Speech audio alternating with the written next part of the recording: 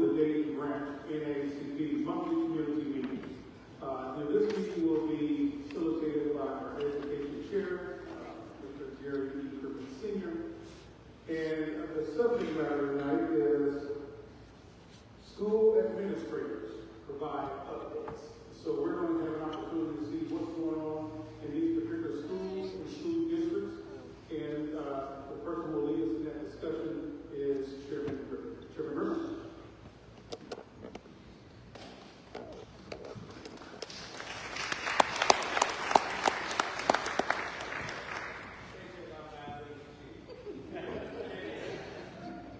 Well, good evening, and I want to thank everyone for coming out this evening for our educational night for the NAACP. As mentioned, my name is Gary Griffin, and I'm the chair of the educational department. Tonight, we're fortunate to have the leaders of the 4 school districts in our immediate Dayton area.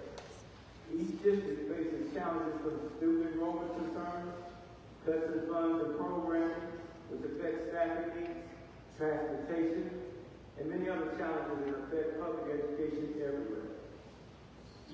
Our goals for this evening are to introduce you to these leaders of these districts, and I will introduce the superintendents, and they will share a few words about this district. Then they will introduce their high school principals, who will share their goals and programs for the 2025-26 school year. After each principal speaks, we will conclude with a question and answer period with our panel of administrators. We will start with David Early College Superintendent, Mr. David Taylor.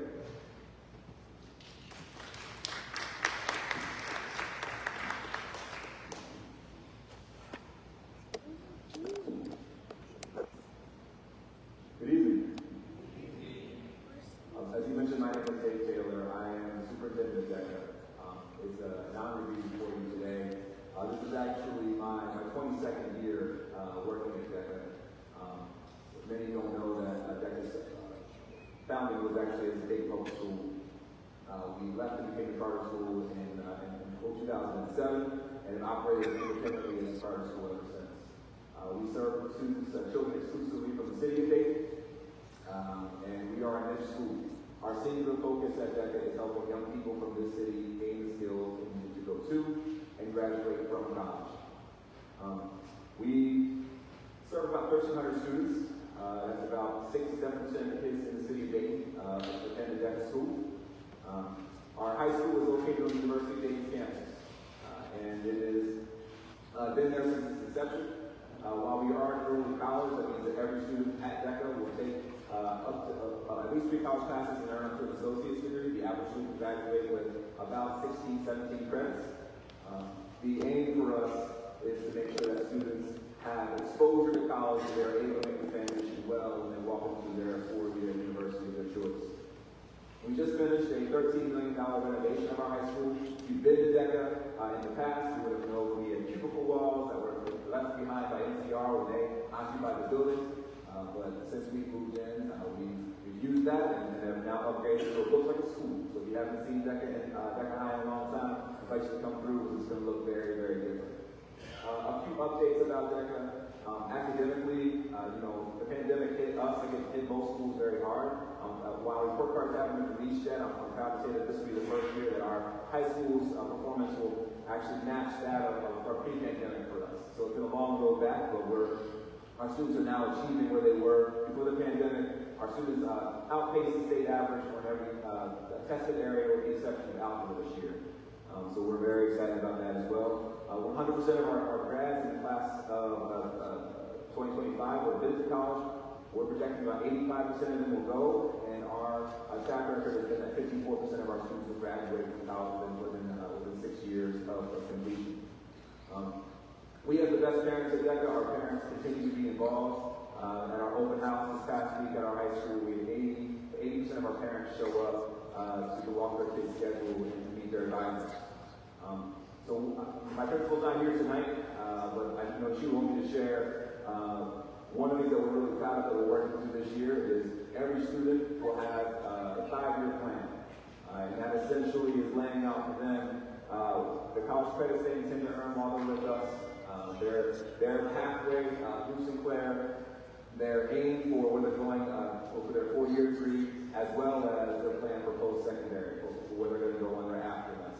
And the idea is we've done a good job of helping students have a dream and have a vision, but we need to make it a little more concrete. So we're really excited about that. And within this, we're aiming to build out significantly our STEM offerings for our students. We are a STEM high school. We've been a STEM high school. We aim to continue to be that long in the future. If you haven't been to DECA before, I would encourage you to come check us out. Our high school is located on Meady's campus in Fitz Hall, and we'll be always happy to have you come in. Thank you.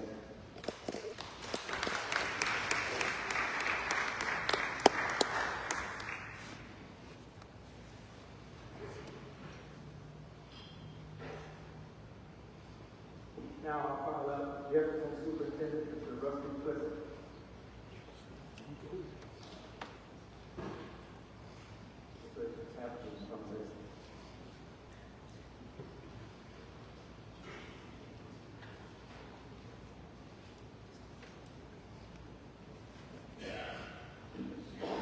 Okay, I'm Dr. Rusty Clifford, Superintendent of Jefferson Township Local Schools. And let me tell you a little bit something about what's going on out in Jefferson Township. Besides the fact that we're on the ballot, so if anybody in here happens to be in Jefferson Township, make sure you're a registered voter and you want to see schools on November 4th. We are, believe it or not, Jefferson Township, right, our high school, has had the worst report card in the state of Ohio for the last 2 years. But those days are over, right? We saw some data last year. This will be my second year there. After a 50-year career in education, retired, came back, second year superintendent. But our staff members and our kids put the pedal to the metal last year. We had a good year. We had a good year last year, and we're moving up. I let all the 15 districts superintendents in Montgomery County know last year that when they hear that little clippy clap, that's Broncos. Right? Don't turn around, just watch us as we move past, as we move up academically, because we're on a roll. We have a state-of-the-art partnership with Miami Valley CTC, an ag ed program that is off the charts.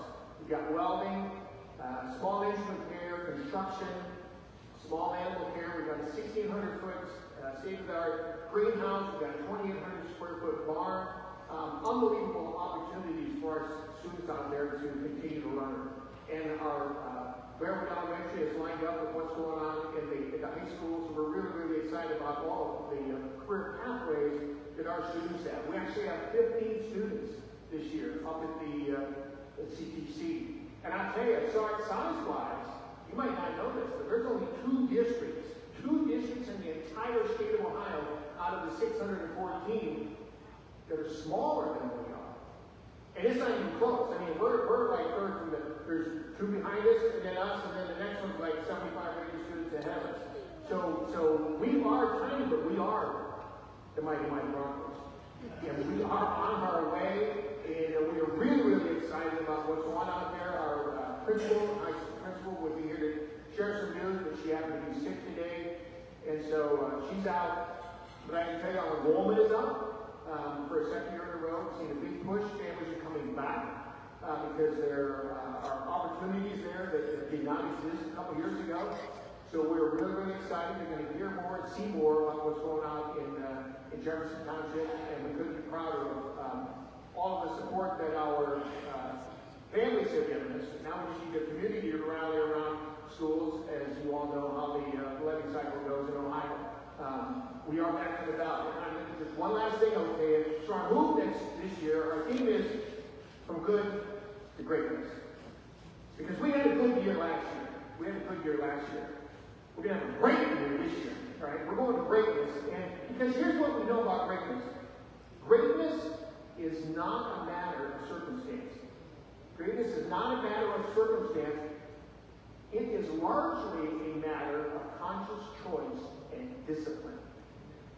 And the Jefferson Township local schools are choosing greatness. And we've got an acronym for greatness, all right, because we know that we're going to move from good to great. It's all about that responsibility, resilience, and results. That we're going to exhibit leadership and learning. That we're going to have attendance and the agility the amygdala. We talked about brain-based learning. We've got thoughtful, consistent communication. Never stop learning. Exercise. And then the excellence. And excellent. And then we're going to serve others. And then that self-discipline and self-quizzing and the self-efficacy, we know that are really huge. We have a saying in Jefferson, and I love this. It's my new favorite saying. It's by Nelson Mandela said this. He said, you know what? He said, I never lose. I never lose. I either win or I learn. And the brain, our brain in Jefferson Township is learning is our product. It is also our most important process. And we are on it every day. The Broncos are kicking it, and we can't wait for you to hear more about what's going on in Jefferson Township. Thank you.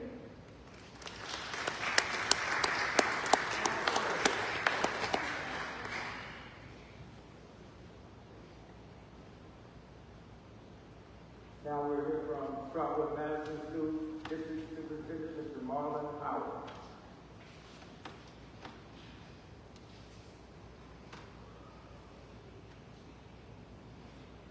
Good evening. Good evening.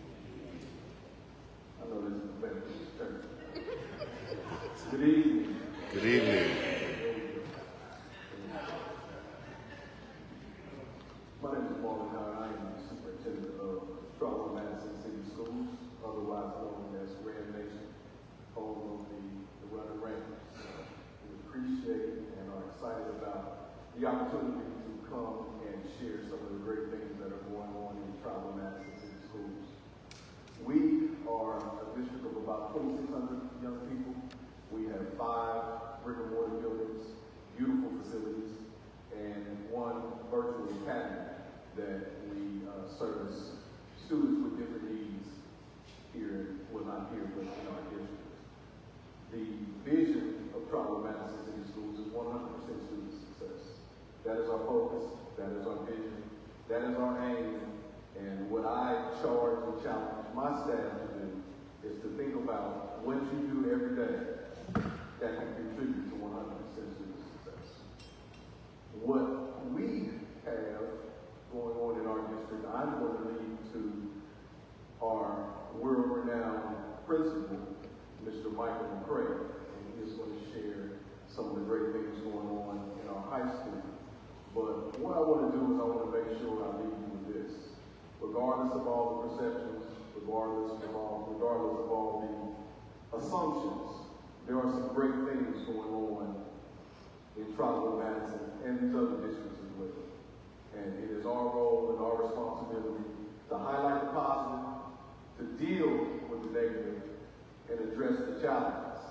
And that is what we do on a daily basis. I'm excited to be here. I'm glad the NAACP has provided us this opportunity. And please, if you ever have some time, come out and visit Trotwood Madison City Schools. We may not be on the move, but we all move. Thank you.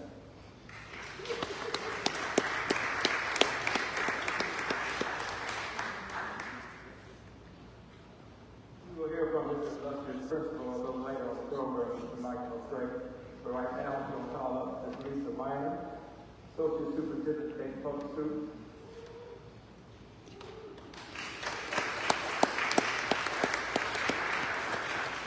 Thank you, Mr. Griffin. And I must say to Rusty, I'm a former Bronco, so I'm excited to hear what's going on out there and my love for Trotwood, and Devin.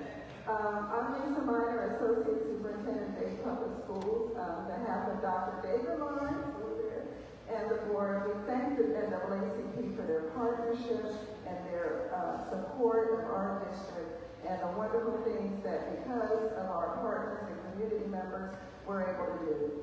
So the first thing I want to share, I don't want to talk too long because we've got a long line of amazing principals, and I want them to be able to brag about their schools. But one thing, many of you know that have been working with us with the Ford Next Generation Learning Initiative, we are now have the innovative academies of the Dade Public Schools as our high schools 100. And we promised the community a year ago, and it's going into fruition that 100% of our graduates, 1 year after graduation, successfully enrolled in a 2 or 4 year institution, successfully working in an in-demand field in the region if they choose not to go to college with the credential, certifications that they need, successfully or a apprenticeship program with the skills trades, or and successfully enlisted in the military, or an entrepreneur serving our community. And evidence of this work is our Pathways to Possibilities, where 100% of our high schools have the career and college opportunities, whether it be advanced placement, college credit plus, credentialing, certifications, you name it, they have it. And we're excited about that. We have a very unique district. We serve over 13,000 students. We have students in 47 nations from the world. Students from everywhere, and they serve 67 languages in our district. And we do it with success, and are you ready for me to introduce the principals? Wait. Okay. So the first school that I'd like to introduce to speak on behalf of the Dayton Public Schools is we have the International School, Residence Park International School. With Beth Scholastico, I have to say her huge name. I know her from her maiden name, but Scholastico is our amazing assistant principal today, who's going to tell you how we're able to, although they've come to the nation, come to the United States, not speaking the language, how we're able to still help them succeed. Hi, good evening. I'm Bethany Scholastico, the assistant principal of the International School. We are, I would say, a specialty school. We service preschool through high school in our building. And as we focus on our high school, we do offer high school credits, and our students are able to receive their education by learning our English, and through that, teachers present using visuals, slower speaking, and are able to provide hands-on learning experiences to enrich their learning. All of our high school students participate in band, which is different from all the high schools.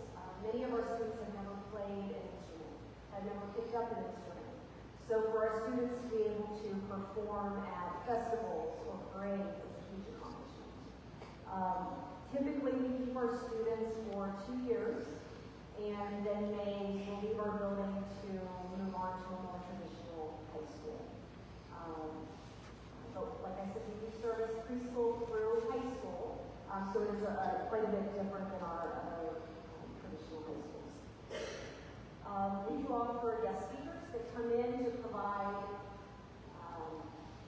career opportunity exploration. A lot of our students come from countries that maybe don't offer college, they don't know what career opportunities are out there. So we provide visits, field trips, guest speakers to come in and expose our students to that. Thank you.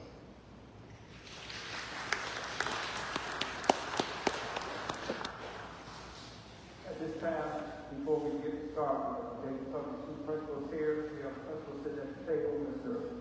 Michael McCray from Charles Madison High School, will come up and share some information in regards to the Mighty Ram. Now you can sit there, there's a mic right there, you can use that mic.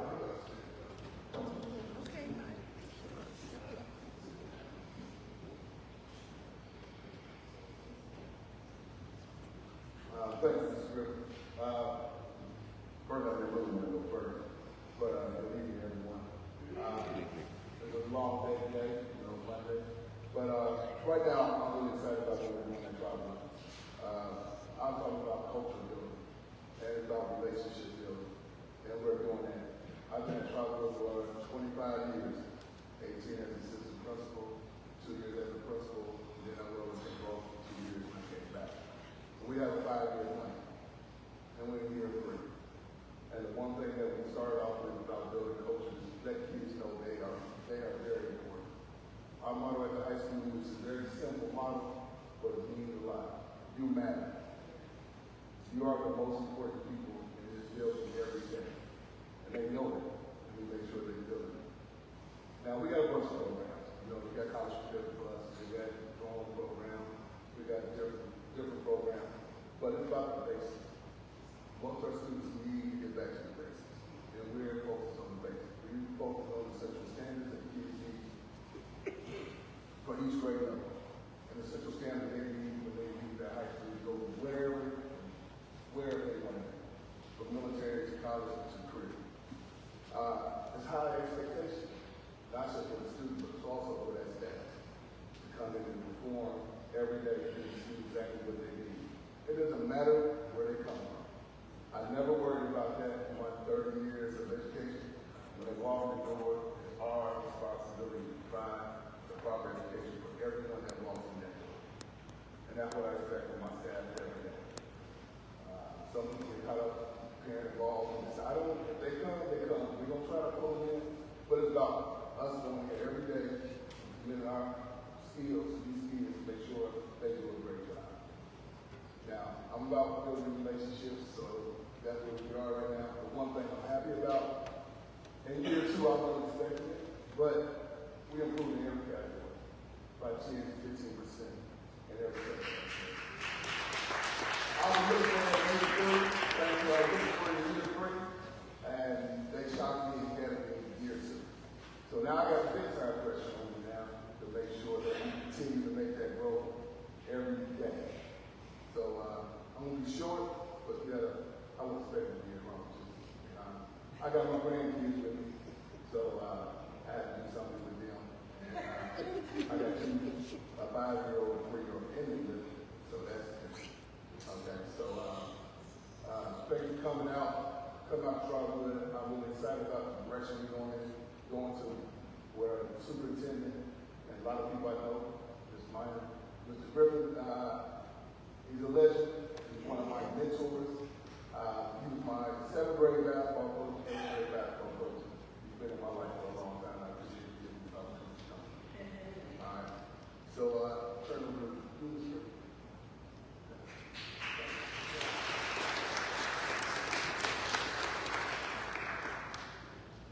I thank everyone left now as GPS, and I'm turning back to Mr. Brown so he can introduce.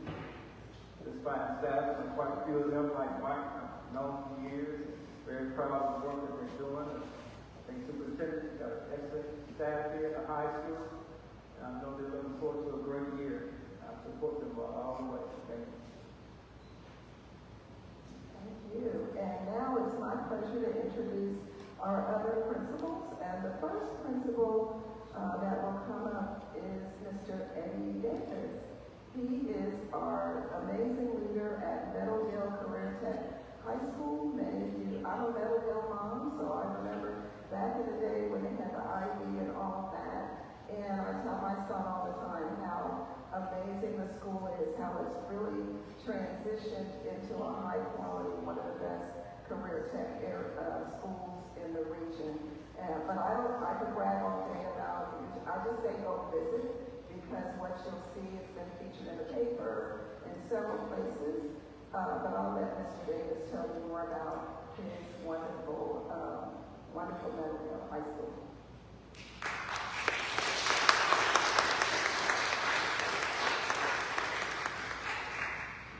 Good evening, everyone. Appreciate this opportunity once again to allow a lot of us educators to come together and brag about a lot of the great things that's going on in the district. And I would like to piggyback off of what Superintendent Howard said. You know, there are a lot of great things that are happening, honestly, across the board, you know, with our districts. So again, shout out to Dr. David Lawrence and his cabinet, honestly, for entrusting all of us that's on this panel that work with them as principals to be able to lead the district where he's pushing us to lead the district. Starting off with Meadowdale B, finding Meadowdale Lions. Want to throw that out there? You see why I'm throwing that out there directly. Somebody in Dunbar is going to come up here and say something. But Meadowdale, I'm a proud Meadowdale alumni, first off. Okay? Proud Meadowdale alumni class of 1999, and have been blessed to be able to return back to, Meadowdale, to be able to lead Meadowdale. I've been there for 6 years, 3 years as an AP,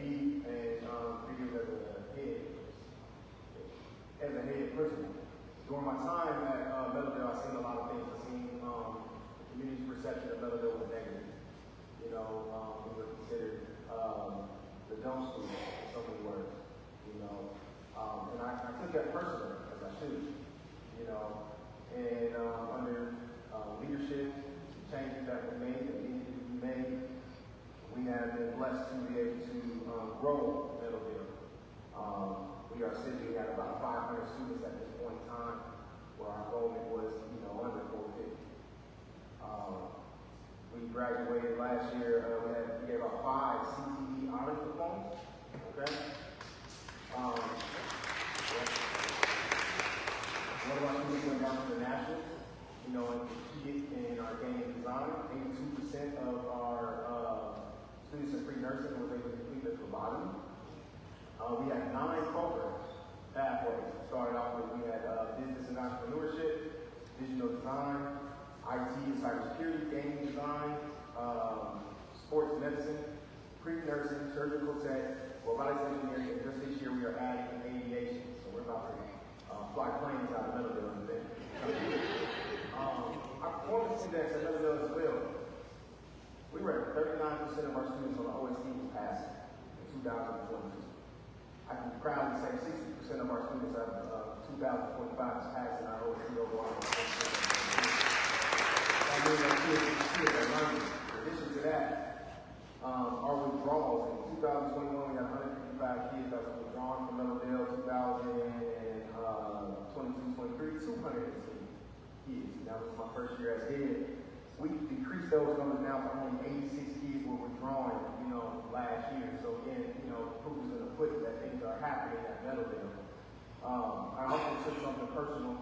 On our graduation rate was 55% when I first got to Middleville. And I looked at that, and I held on to that as a goal. I said, well, this is not my alma mater.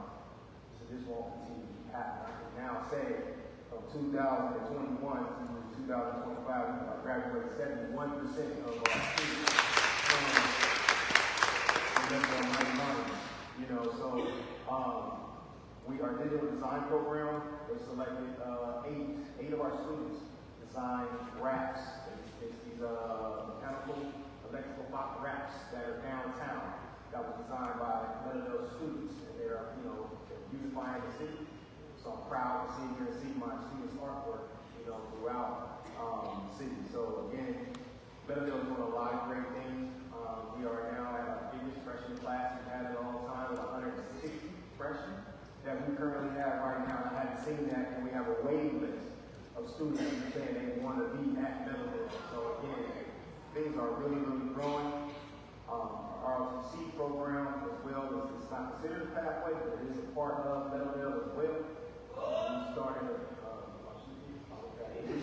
program with emerging leaders to again continue to keep growing our ROTC program, which is also a pathway that our students choose for the military. So it's a one-stop shop at the Mighty Lions, what we call the Lions Den. So thank you, and looking forward to another great year. Thank you, Davis.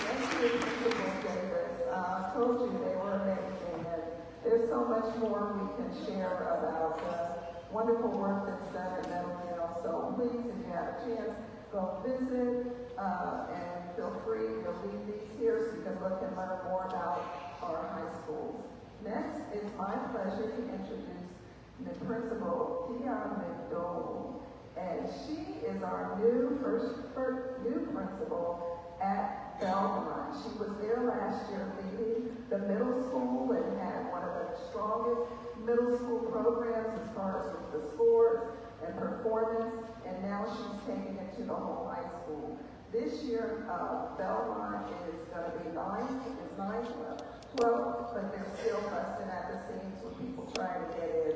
And you've heard, I'll let her tell more about the school. There are many, many things we can brag about. So without further delay, Principal McDowell.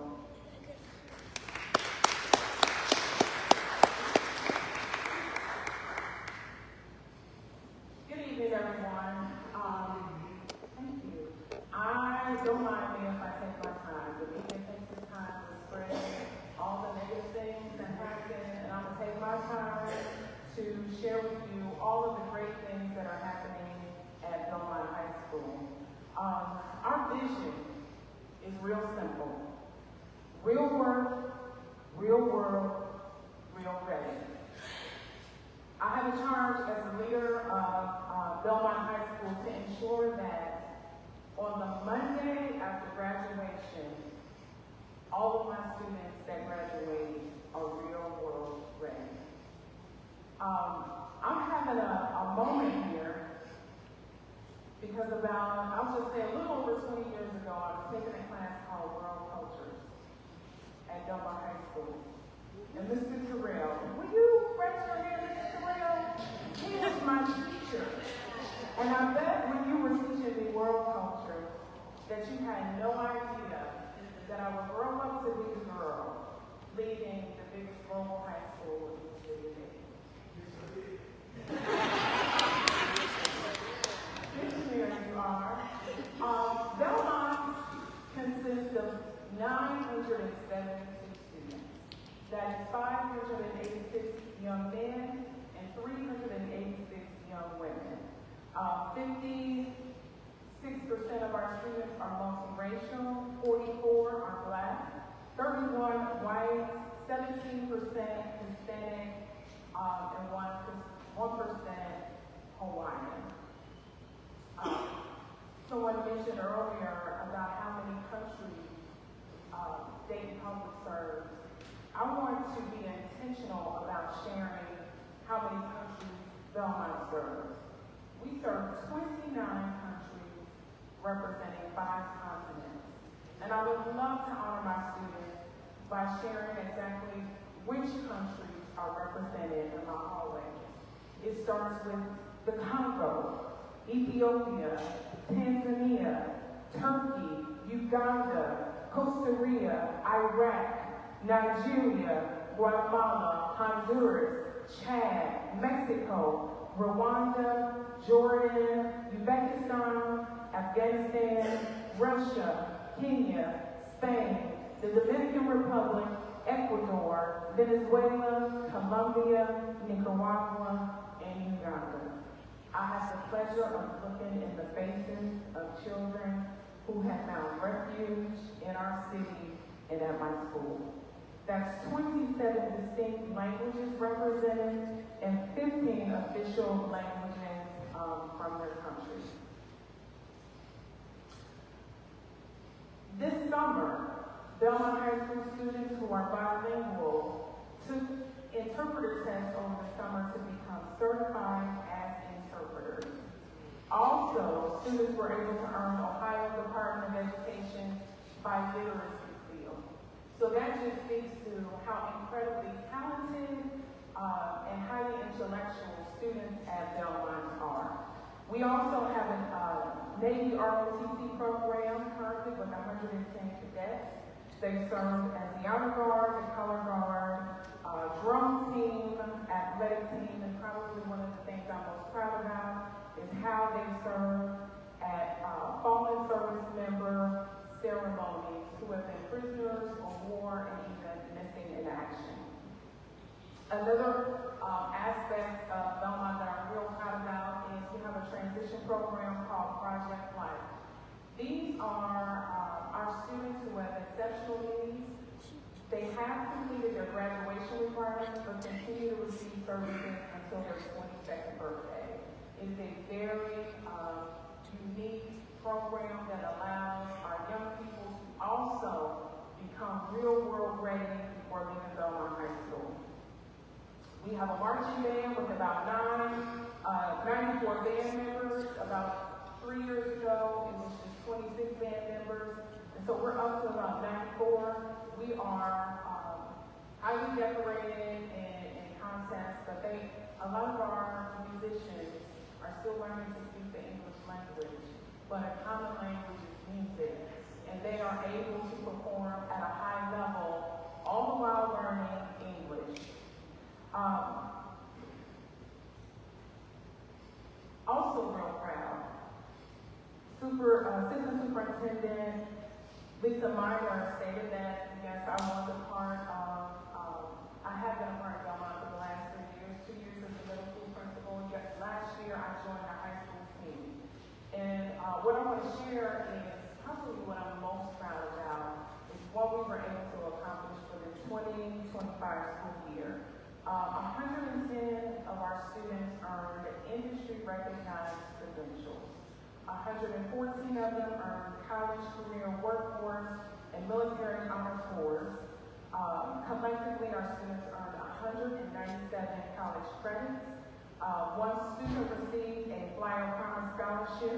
University of Dayton.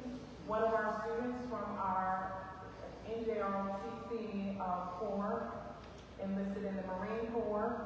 We had several scholarships, and the graduating class of 2025 earned more than $3 million in scholarships. And I'm going to end with what we're doing new. What we are doing new, we have added 2 new freshman academy cohorts that align with the innovative academies of Dayton Public Schools, which is also modeled after the 4 Next Generation Learning Framework. We've also added a few new opportunities that include 2 new career pathways, such as the Urban Teacher Academy, medical assisting, and where our students are able to gain a phlebotomy certification, and also take classes with American Sign Language. Next year, we are looking forward to launching the metal fabrication pathway. So, you got a short dissertation on Belmont High School. What I would ask that you do with that information is whenever you see or hear something that is bound to happen by a mistake that a young person made, remind the people watching what else is going on at Belmont High School. Thank you.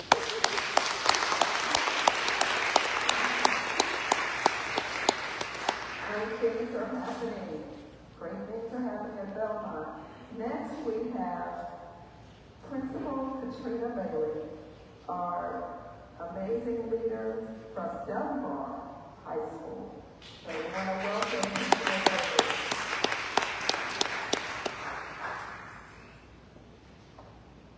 Good evening, everyone. Good evening.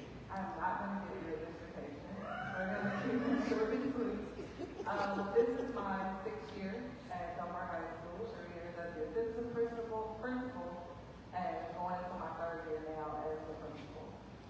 There has been some changes. We are working on culture building. We are known as a powerhouse in sports, but it's time to work on the academic side of it. So I have been pushing them to be more scholarly as well as athletes on the field and on the court. With that, our enrollment numbers have grown. When I first got there, we were 400. We are now at a whopping 570 something, and they keep coming every day. Okay. We got 5 new ones starting tomorrow, according to the year.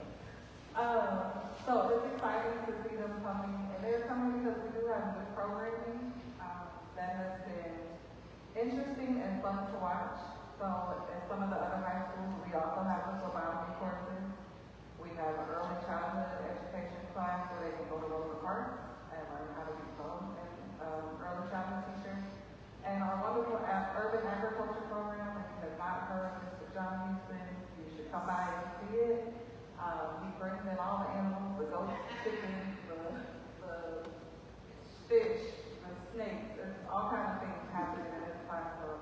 Aquaponics, where they're growing things in their neighborhoods, learning how to be able to sustain and take care of themselves where they live. So at the end of the year, you can come over for a meal. We'll have some fried fish. They're working on greens and working on how to make salsa right now. So that's where we're going with this first semester. We also have a sports management program. This is our 3rd year where they're focused on CCP classes through Sinclair. So yes, we have all these wonderful athletics, but we have some students who do not want to play, but they want to work in that field as well. So they've been able to take some of those classes on the business side of it so that they can still be involved in the athletics. And new this year, one of my favorites is the Grading and Entrepreneurship class. So I had a lot of students who were in the hallways, in the bathroom, trying to get their hair together before school started. And it's like, ladies, time to go to class. So with that, we reached out and we were having all these conversations, and I think it was Chief Dewey. I'm like, how can we start something, a grading class, something, so that they can leave here with the credentials to go into a salon and start working. So when they finish, we have the senior-only class right now as well as juniors. So juniors will have 2 years, and those seniors will leave with a braiding credential, shampooing, and we're working on manicure so they can take care of my nails by the end of the year. So I'm really, really excited about it, and the young ladies and the young men are Ed Tech, with us being right there by, the town, the Humane Society. It's a wonderful partnership. For some reason, a lot of dogs is up at Dunbar, so we're like, they always come into us to figure out how to take care of them. So I'm really excited for the growth that I've seen at Dunbar. I love being there. I am not from the area, but since I've been here, I love it. And as Mr. Eddie Davis likes to say, we are the followers of our Wolverines. And last year, one of the most amazing accomplishments was that we had one of the Gates Scholars, and he earned his full ride scholarship to Belmont University, where he chose to go. And we've already reached out, he's so excited, he was all grown up now. It just touched my heart to see him go away and just be able to experience this, not worried about financials at all. So I'm just really excited for those here. Thank you. Thank you, Principal Baylor, for mentioning that enrollment. We're seeing an increased enrollment across the district, especially at our high schools. One thing we do every year is have a showcase week where all of our 8th graders actually get to walk through and visit all of our high schools. Our goal is for our students and families that have difficulty even choosing which high school because there's so many choices. Dr. Lawrence and I had a mom who's been with us for the last 2 years of our 3-year period being back, and she said it's hard for her to decide now where her elementary kids are going to go. So the next school we're going to feature is Cyber School for the Arts, and we know Dr. Paul Waller is new coming to our district from Oakwood High School, and we're so happy to have him. He actually was a Cybers parent, so is very familiar with Dayton Public Schools. We know Cybers is 15 years straight, U.S. News World Report, one of the top art schools in the nation. We have people from Alaska, Oklahoma, everywhere audition to get into Cybers. So let's welcome Dr. Waller. He's going to give us some updates.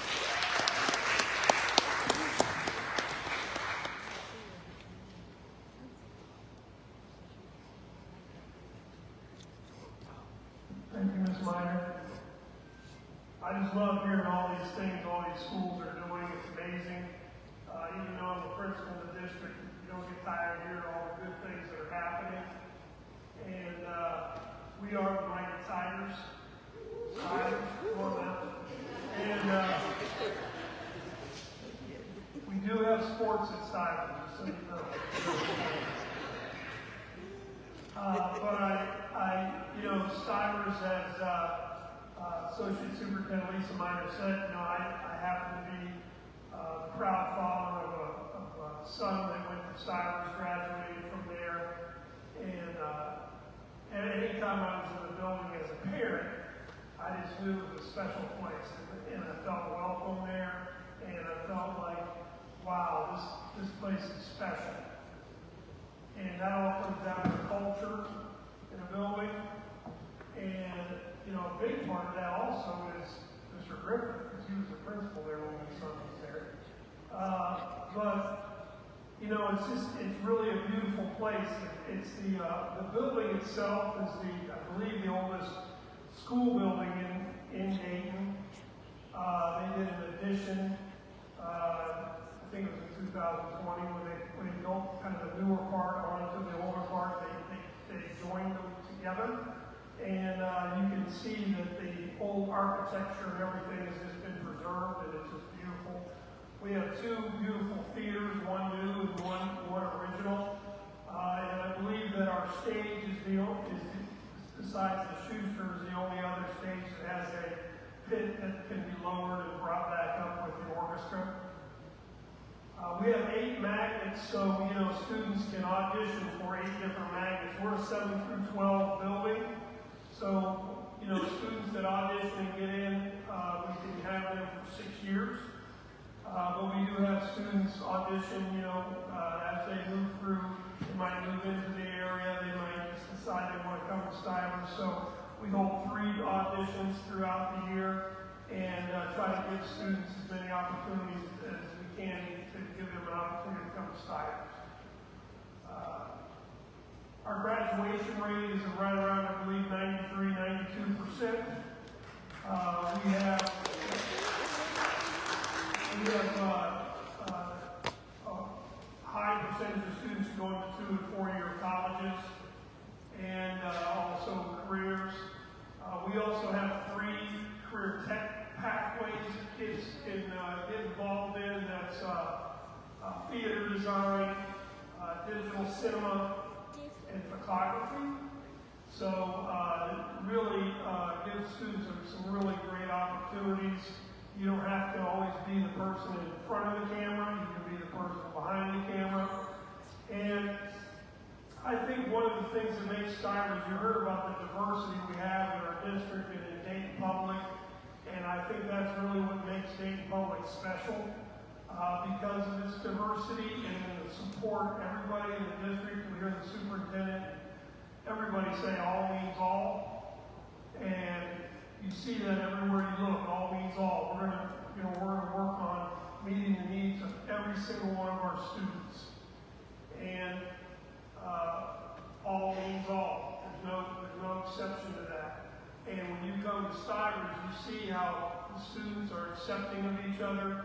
That they have that common artistic passion, whether it be music, whether it be the visual arts, performing arts. But that's the common thread throughout everybody in the building. And you have a staff that comes together around that passion to support the students. So you don't have to have any certain academic standards to get in. You have to audition into your magnet. Our students do very well academically, and I think that's just a big tribute to them having that passion for the arts and then channeling that passion into their academics.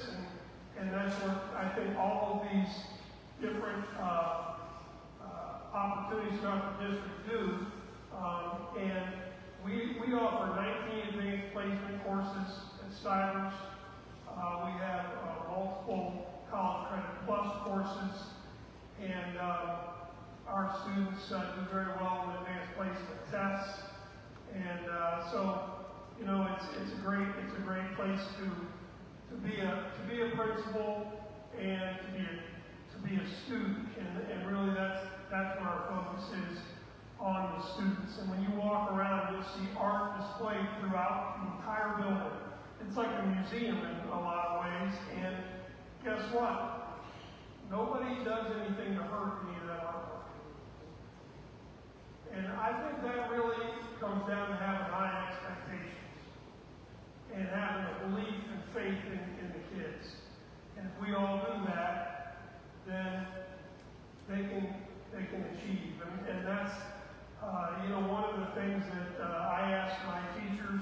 I said, whenever I talk with you, I'm just going to have one question, and that's going to be, are the students learning, and how do you know? So if you can always answer that, then I know we're going in the right direction. And I believe we'll continue to go in the right direction. We'll continue to improve academically, and we'll continue to celebrate the arts. And I'm proud to be a part of that culture. Thank you.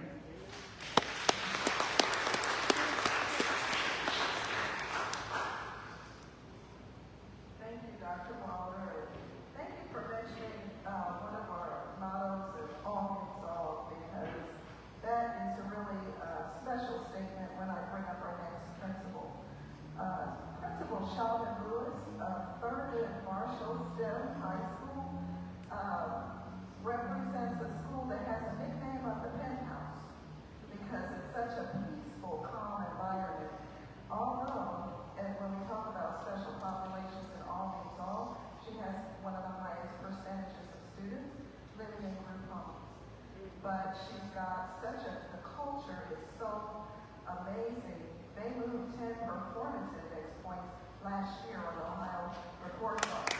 So, all these girls, no matter where they come from, they succeed there and are welcome there and can learn there. So I'd like to allow Principal Lewis to come and share a little bit more about Thurgood. Oh, she's an award winner too. She won STEM Leadership Award from the state of Ohio. So,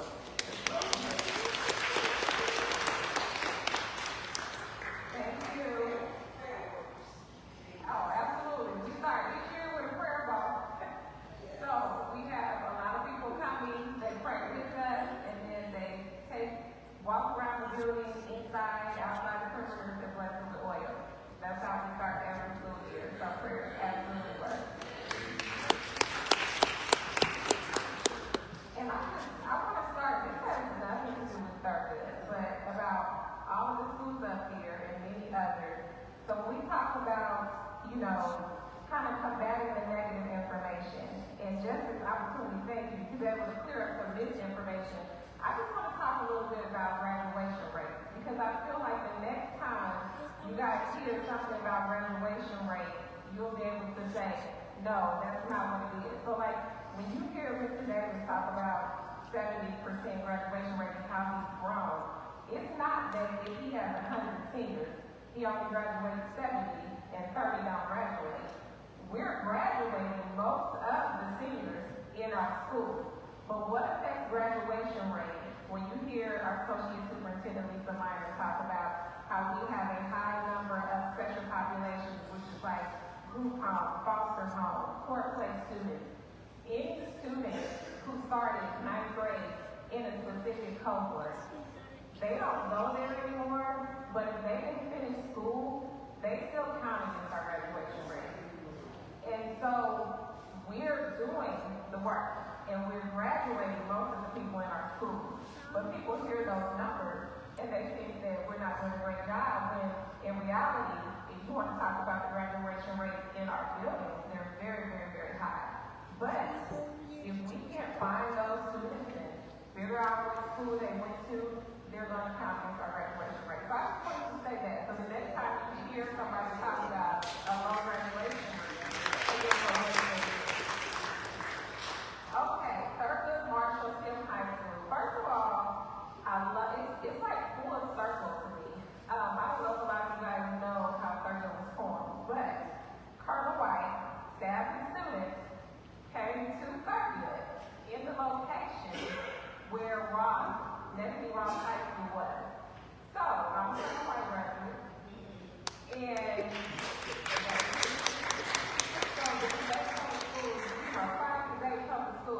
my parents, my aunts, my uncles were graduates of Ross High School. My granny's house that I spent so much time growing up in is directly across the street from Thurgood Marshall High School, which was at the Ross High, and I'm directly across the street. Walk outside the front and just point right there. So, it's really like coming home for me.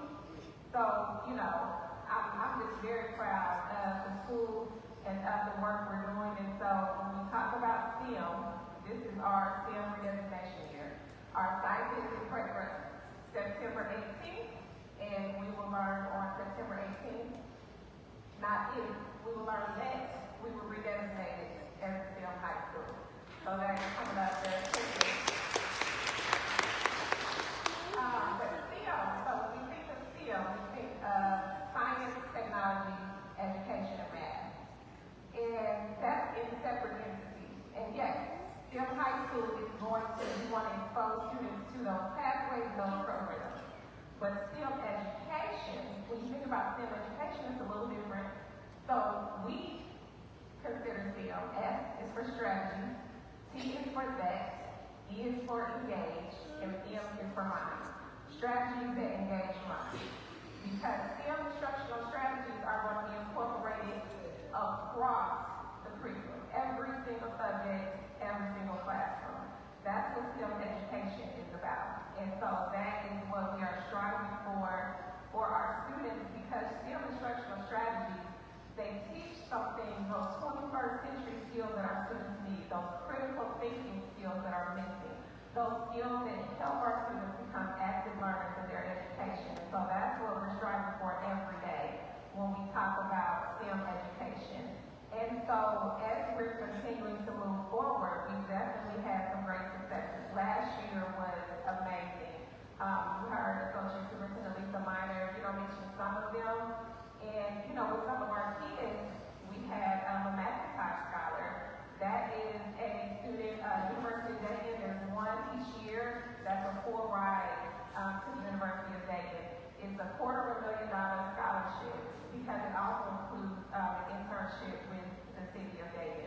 We also had, like another principal mentioned, a flyer scholarship. That's also a full ride scholarship from the University of Dayton. And we also had, one of our students who's the first at Thurman Marshall, graduate with their associate degree a little bit before they graduated with their, diploma. So that was amazing. And one of the programs that we started when I came was DPSU, which stands for Dayton Public Schools University.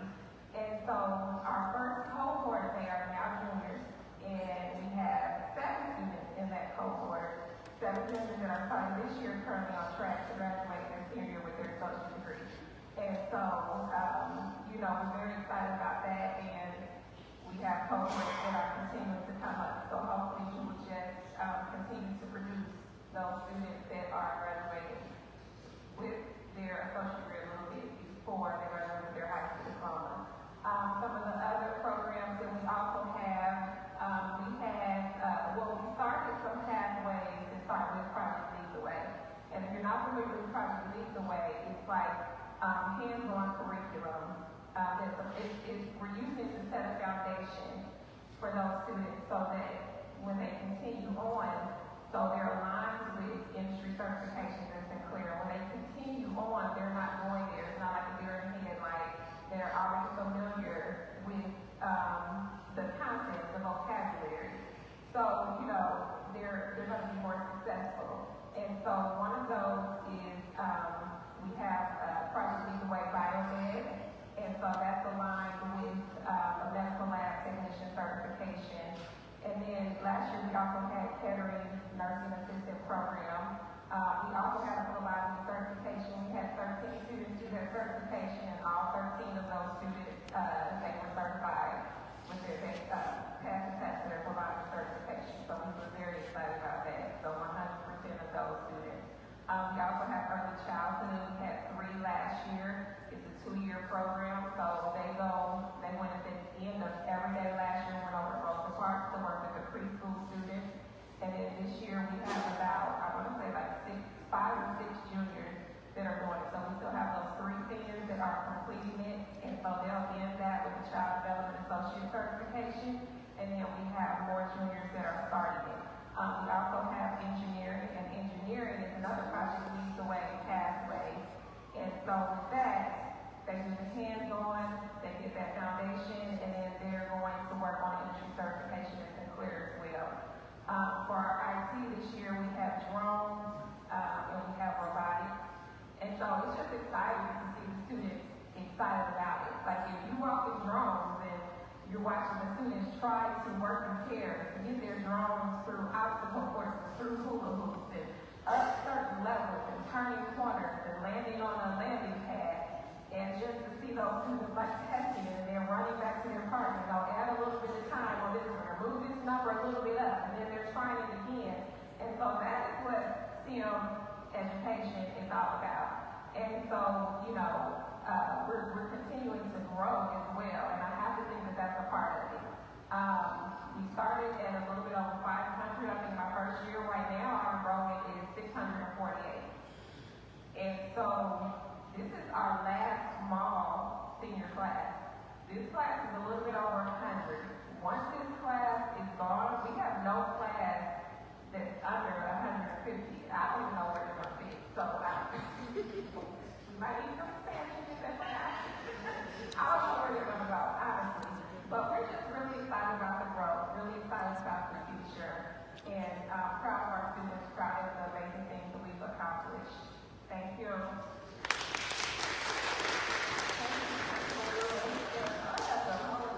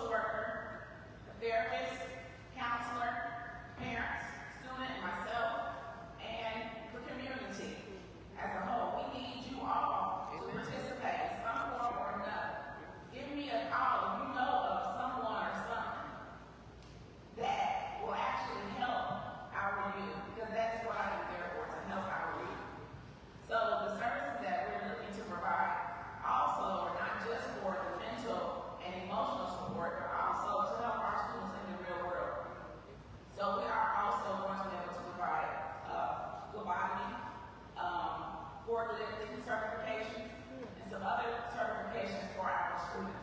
We also will have speakers coming in and taking our students out on field trips. We also have one really important, I think, really important in our building is our restorative circle. We have a certified restorative circle.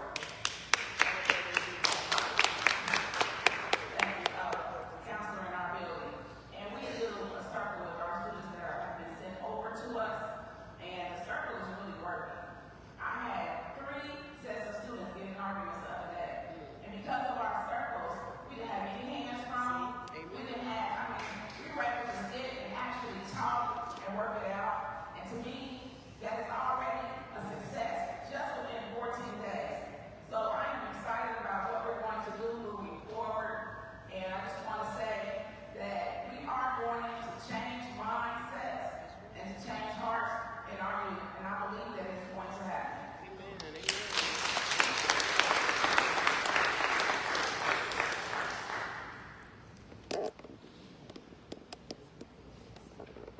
Good evening. I'm Dan Henshaw, the principal of Mount Street Academy, Dan Digital Academy. So for those that really don't know what Mount Street is, to be honest, about five and a half years ago, I didn't know what Mount Street was. Dave bought it because it was a charter school for a long time, from 2002 up until 2018, going to 2019. So I started with, well, I'm a product of Dayton Public, let me say that. From K-12, and then I went out, football was my avenue out of Dayton, and then I came back and I wanted to help and educate and give kids an opportunity that I had. So I've bounced around, I've been at many different Dayton Public high schools. I did graduate from Meadowdale, so it's not cool. But just to kind of talk about my school. I love my school. I'm very blessed to be at Mount Street. I consider the school like no other because it's so unique. We don't have walls. We do have cubicles. So it's a different feel when you come in my building. My kids, like, they're greedy. About 6, 7, 8, 9, 10 people when they come in the morning every day.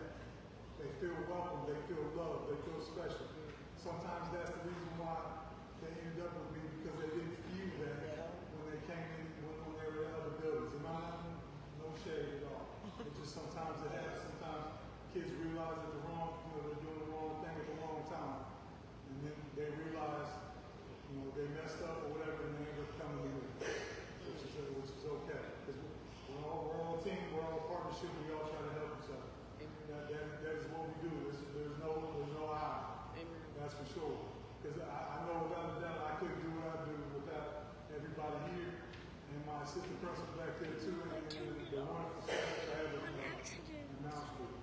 So just to kind of give you an idea, Mount Street itself is broken down to 4 basic parts. And we've kind of been adding and tweaking and really trying to grow as much as possible. So we have Dayton Digital Academy, we have Mount Street Academy by itself. We have a 22+ program. And then we'll also do night schools. So those are the 4 parts that we have right now. Dayton Digital Academy by itself is 2 different. It's broken down now this year in 2 different parts. So we have a hybrid, which is the students, it's more of a situational type of environment for the students. And what I mean by that is they have a car wreck, they have to work to take care of their families. So there's a lot, their pregnancy. We have a student that had a heart transplant. So we have a doctor we're working with that we meet the student where they are, and we try to make sure they have the ability and the materials available for them to complete their education. Also, they're tied to their home schools. So whatever, if they came from Belmont, Meadowdale, Dunbar, Thurgood, Pontus, wherever, they're still tied there, so they can do all the extracurriculars there, and it's temporary. So once they get what they need from us, we send them back. They graduate from homeschool. The next piece that we just added this year is our 100% virtualized. That's a little bit different. Of course, like I said, it's 100% virtual. So our teachers are working, and we had to pivot a little bit and shift, but our teachers are really reaching out and making sure those students are getting the individual attention they need, and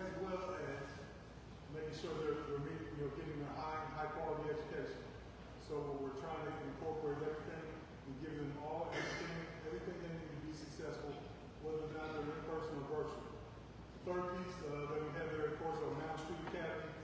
That's our dropout recovery. That's in person. So they come to school every day. They work with the teachers in the building.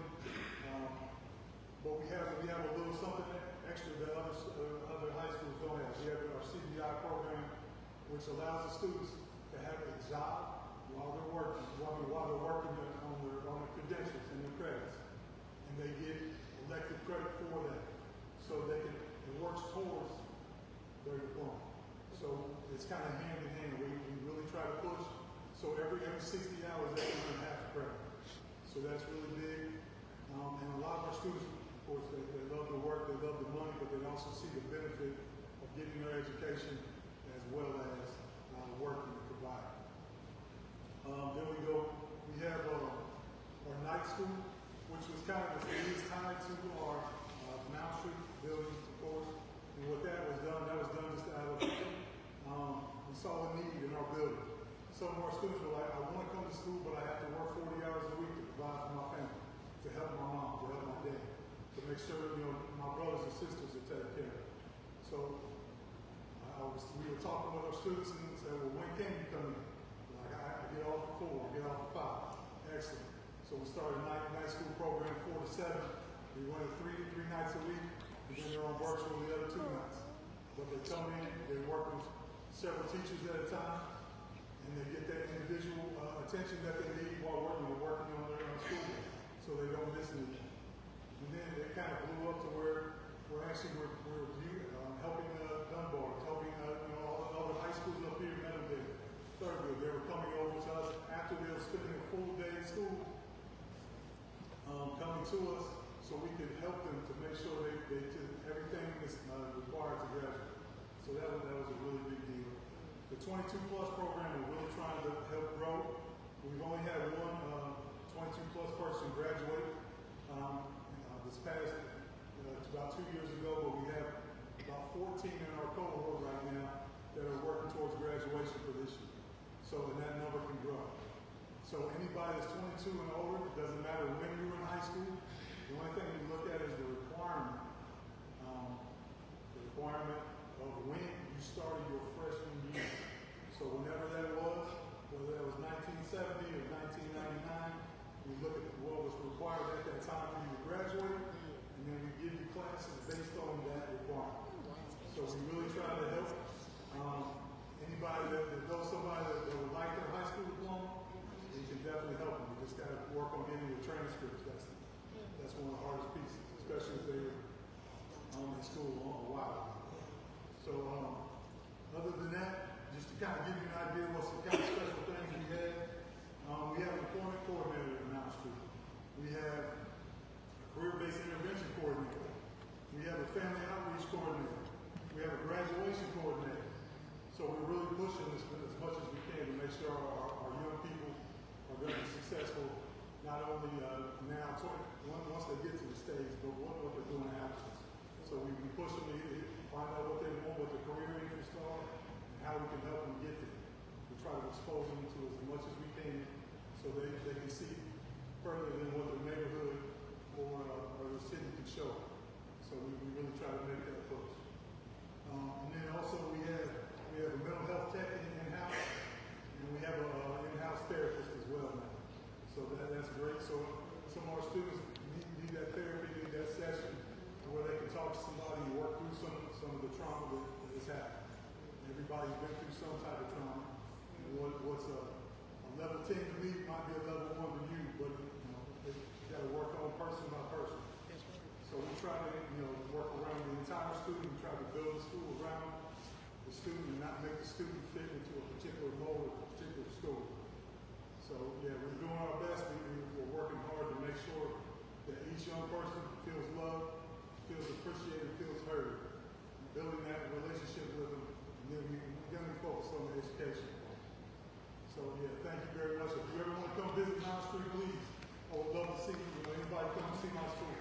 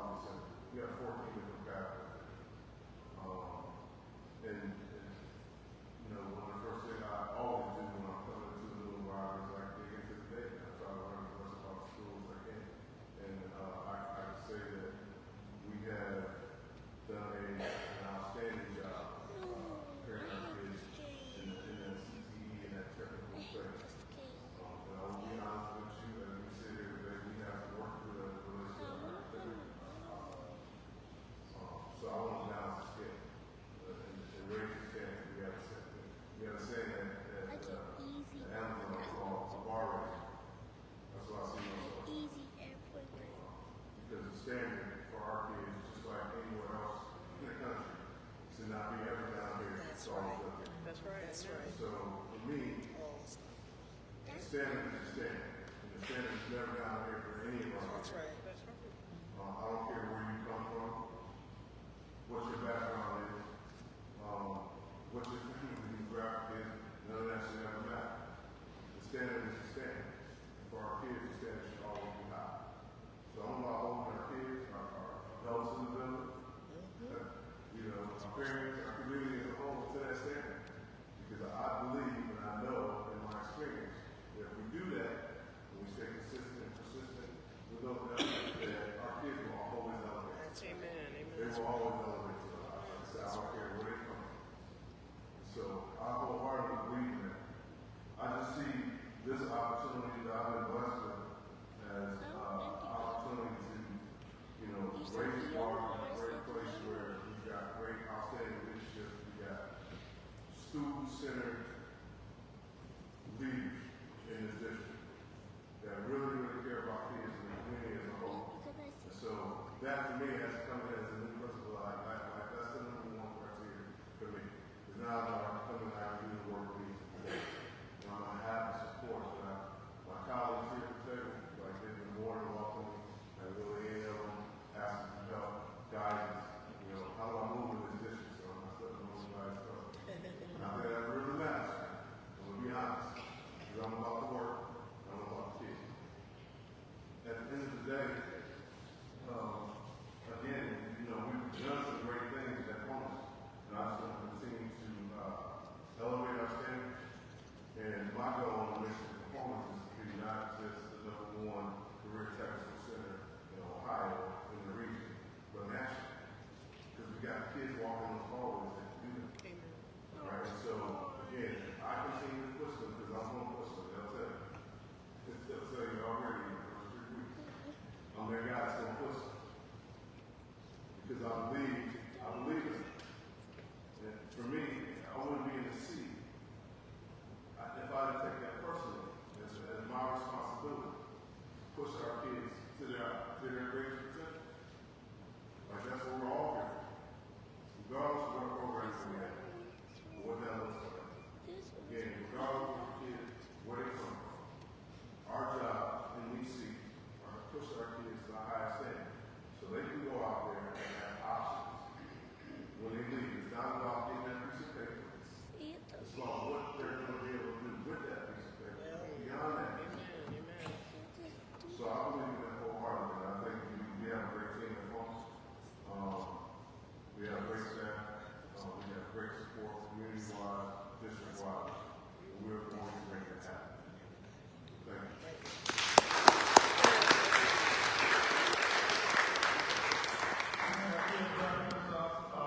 We are going to be able to take one question from a student and one question from a parent and ask a succinct with 30 seconds with a 30-second answer. So come down, young man. I think you have a question.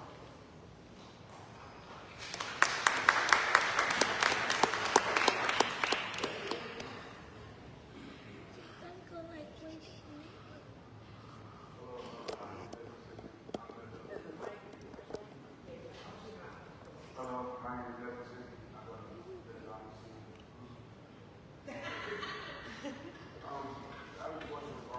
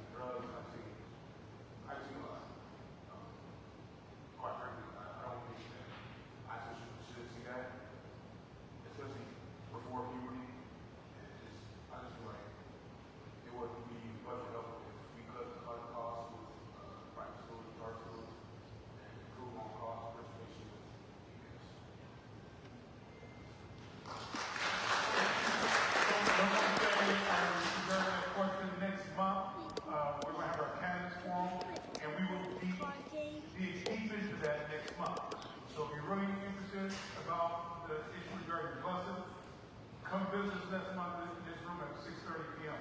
because we're going to dig deep into that situation. So, so with that said, do you want to thank your panelists? Oh, is there a parent? I said one parent.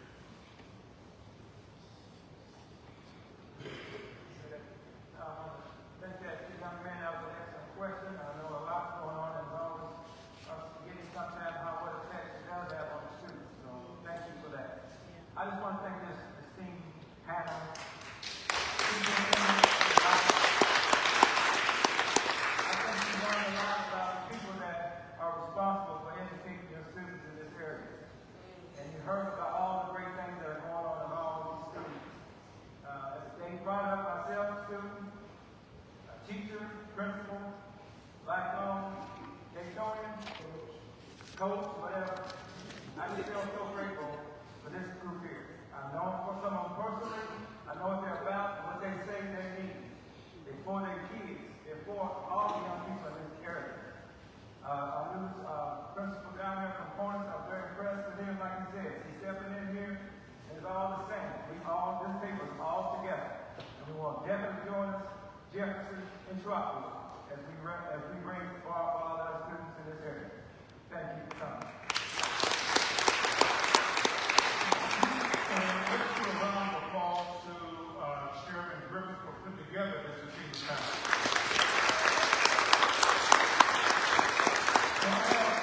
I have one, a couple of different things I just want to share real quick, and this is by the numbers. Now this is how the Dayton Branch NACP has supported students of these school districts over the years. We have given out 43 scholarships to Cypress students of the art students, 12 scholarships to Third Good Marshall, 9 to Dunbar High School, 6 to Ponance, 6 to DECA, 4 to Trotwood Madison, 3 to Chaminade Julienne, 2 to Wayne High School, 1 to Belmont, 1 to Jefferson, 1 to Patterson, and then 1 to Colonel White when it was Colonel White. So that's a total of 89 scholarships that the Dayton Branch has given to students inside of this district, totaling $91,965 that we have invested inside the youth and some of our leaders. And that's a scholarship. From a youth funding standpoint, we have given an additional $120,538 off of our SLIM budget. So that's how much we care about education. And just be clear, I want everybody to be clear about education. When people ask the question, why is the NACP involved in education? Because we can. Because we're going to do it, and we're always going to do it, because this organization was founded on May 10th, 1915. In our first year of operation in 1915, we raised $96 to further educational outcomes. That was a driver force then, and it's a driver force now, and make no mistake about it, whoever will try to ask a question about why we are in it for education. We're in it for the students. You know, the administrators are fine, but at the end of the day, the Dayton Branch Ministry is in it for the youth. And everybody inside of our unit understands that. So these scholarships, please see Brother Willie Terrell. As he said it earlier, he's going to be sending to these school districts, these schools, a scholarship application. So in these scholarship applications, these students will be announced at our Hall of Freedom Awards in October. So October 24th, they will be announced. So with that, we have 4 different school districts up here. I believe Brother Terrell is giving each one of you a sponsorship form. So hopefully you all will buy a table to come to the event, and hopefully one of your students inside of your schools will be able to get one of our scholarships. So that is our hope and that is our prayer that will happen. I know DPS buys a table every year. I believe Jefferson bought one last year, if I'm not mistaken. So at the end of the day, those students will be recognized at our Hall of Freedom Awards. And just so you know, in terms of what we were talking about earlier, in terms of next month regarding that student's question was an excellent question.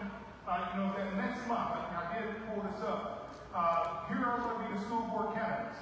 Anne Marie Gallo, Jamaica Garrison, Cassandra Goodwine, Virgil Goodwine II, Ken Hayes, Joe Lacey, Jocelyn Ryan. So those are 7 people vying for So three people will be eliminated come the November election. So we're going to ask some tough questions because we want to know who's in it for the kids. Who's going to help further the educational outcomes of our students? And that's what we're going to do. And the forum is going to be driven by you. It's going to be driven by students and parents. Just to let you know that. Our chairman is Chairman Roberts, Vice President Roberts. He's going to navigate, and he already has his plan in place. And he has given me a directive as the president. This is going to be driven by students. This is going to be driven by parents and what they want. I said, okay, well, it's your public. Same cycle of this right here for the night's meeting. So at the end of the day, each one of our committee chairs has an opportunity to set these forums up to educate the general public every single month on various topics. Next month, like you said, there's going to be 2 campus forums. One is going to be the school work campus in this room on September 22nd. September 22nd, 6:30 p.m. in this room, school work campus. 1 week later, downtown in the Dayton Library, we're going to have a campus forum for the city commissioner races and the Dayton mayoral races. So that's going to happen on the 29th downtown at 6 o'clock p.m. At the downtown Dayton Library. So those are going to be what's going to happen in the month of September for our next educational opportunity for all Americans inside of the Dayton region. So with that, may the Lord bless you, may the Lord bless the NAACP, and may the Lord bless the United States of America. Thank you, everybody.